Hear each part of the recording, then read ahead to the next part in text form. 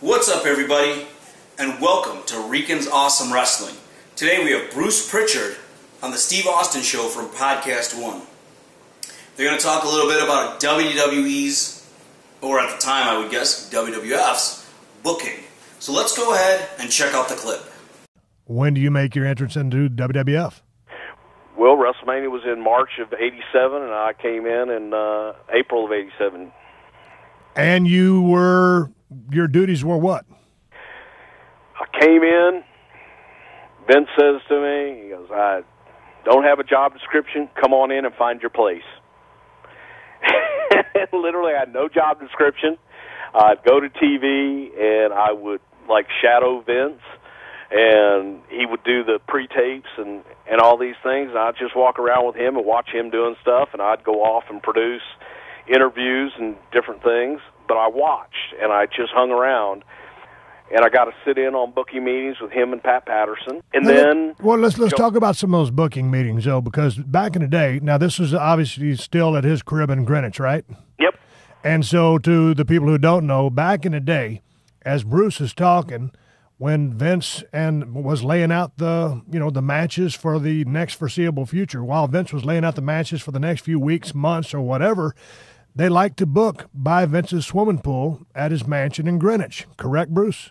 Correct. So, but this was in a much more simplified time. This is back when they would sit there with pencil and paper and write ideas down and pair guys up or tag teams up and build to a particular date, maybe a pay-per-view, a big event. And so you got to sit in on some of those meetings. How has that changed from the way they book today?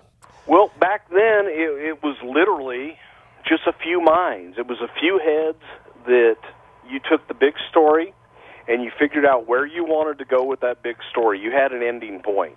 And then you worked backwards. Right. Well, what do we need to do to get here? What do we need to do to get to this big explosion blow-off? But it was a much simpler format, and it was, I guess the process was a lot simpler because you were always coming up with things, you were always coming up with ideas to make the big story better. But you weren't trying to, excuse me for butting in, but it was almost a simplified process also because you weren't trying to fill in so many gaps or blanks because you knew that the guys would be doing a lot of that work, with the big picture, but you could paint in much broader strokes back then. Without a doubt. Because it's been so much micromanaged today. Knew once you got them out in front of people and you got it on TV, you would listen. You listen to the people. You can tell what they're buying and what they're not buying. And then it left room to adjust. So then when you make these initial, you start going to the booking meetings at the house with Vince and Pat. And obviously we know Vince is a genius. Obviously, for those who don't know who Pat Patterson is, probably one of the greatest finish guys in the history, if not the greatest finish guy in the history of the business. Some might say Eddie Graham. But obviously, Pat also, a badass, professional wrestler, hell of a tag team with Ray Stevens. But, man, see, he's a really, really smart guy, too. So how are you chipping in on these booking sessions between the old man and Pat? Well, you got two guys that are 20 years my senior. Right. So who's closer to the demographic? And I came from a completely different place. You're closer to the demographic, but how worried are you about stepping on their toes? In the beginning, very worried. Right. But Vince has a way, making people comfortable and allowing you.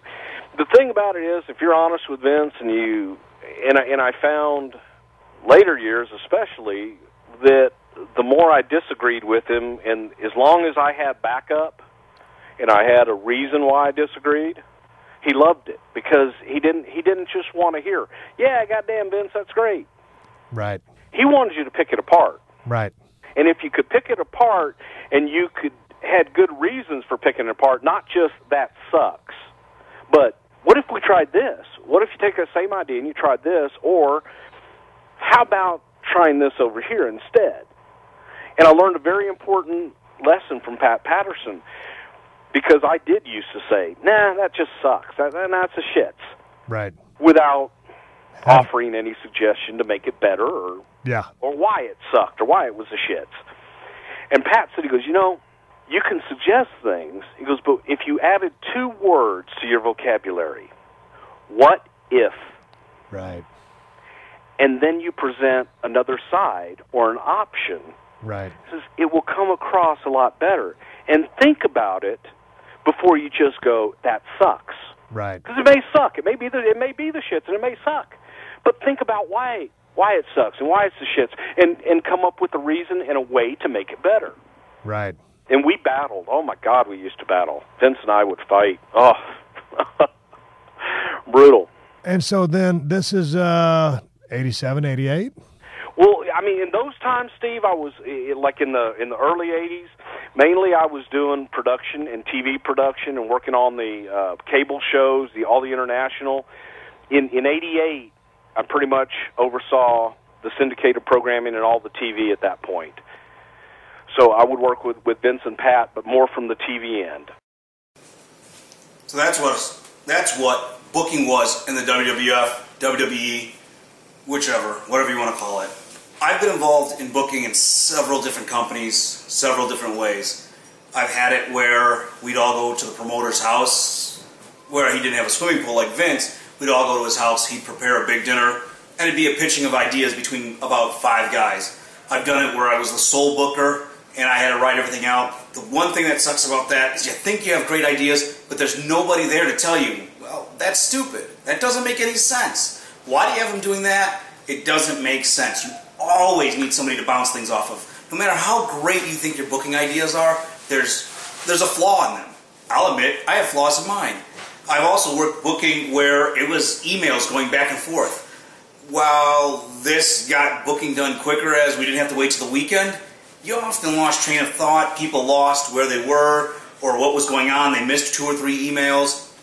You know, you see guys on their phones, blah, blah, blah, blah. That's what we were doing. Always on our phone, emailing back and forth. It was a team of 3 guys. I mean, booking is a touchy thing. Everybody always thinks they have the best ideas for booking. Everybody always thinks, well, I have the next big idea. I have the next big way to do this. And it's not always so.